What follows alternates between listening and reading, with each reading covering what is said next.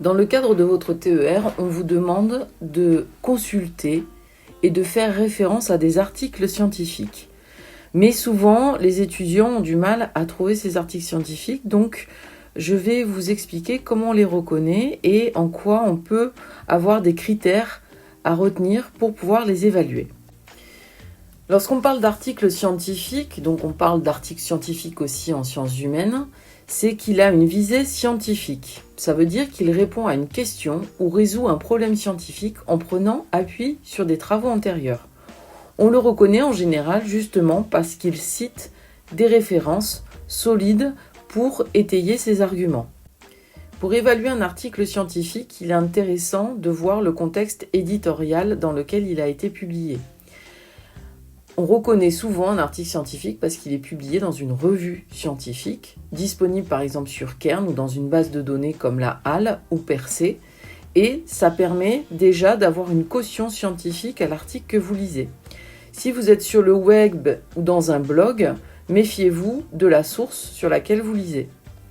En général, quand un article scientifique est publié dans une revue, il a été évalué par un comité de lecture, un comité scientifique, souvent en double aveugle, c'est-à-dire vous avez deux auteurs qui l'ont lu sans connaître l'auteur, pour éviter le copinage, mais vous avez aussi des critères propres à la revue qui donnent une certaine qualité. On parle de facteurs d'impact.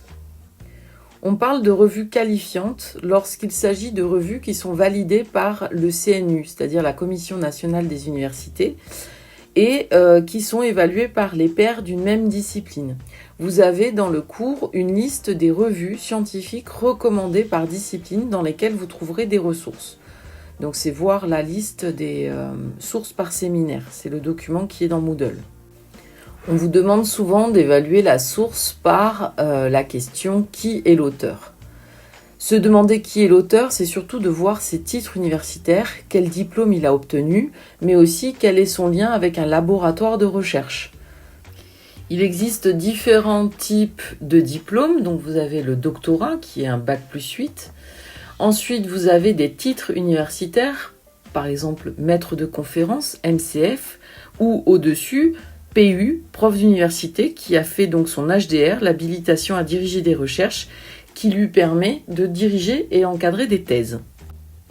Un article scientifique se reconnaît aussi par la structure qu'il a. On a d'abord une partie liminaire qui reprend le titre, les auteurs, le résumé et les mots-clés.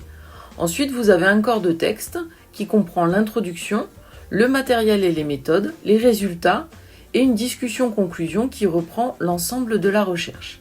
Et enfin, vous avez une bibliographie qui fait état de toutes les références mobilisées pour la recherche. Lorsque vous devez vous positionner dans une démarche de recherche, notamment dans la constitution d'un TER puis dans la rédaction d'un mémoire, ce qu'on attend de vous, en fait, c'est qu'à chaque fois que vous avancez un argument, une idée, vous l'étayez par une référence scientifique solide. On ne vous demande pas de faire toute la recherche, on vous demande de vous appuyer sur des recherches existantes et vous de proposer une analyse de ce qui a déjà été fait ou supplémentaire à ce que vous avez déjà lu. Donc, chaque recherche comprend à la fin une bibliographie qui est la liste des ouvrages, des articles scientifiques que vous avez mobilisés dans le cadre de votre recherche et qui permet de voir si vous avez fait appel à tous les auteurs spécialistes du sujet ou si vous avez des études récentes en lien avec votre sujet. Donc la présentation de la bibliographie est très importante. Vous devez respecter une certaine norme, qui est la norme que je vais vous présenter dans la vidéo suivante, qui reprendra le nom de l'auteur, le titre, l'année de publication, éventuellement la revue dans laquelle c'est publié et aussi le lien vers la source pour pouvoir vérifier.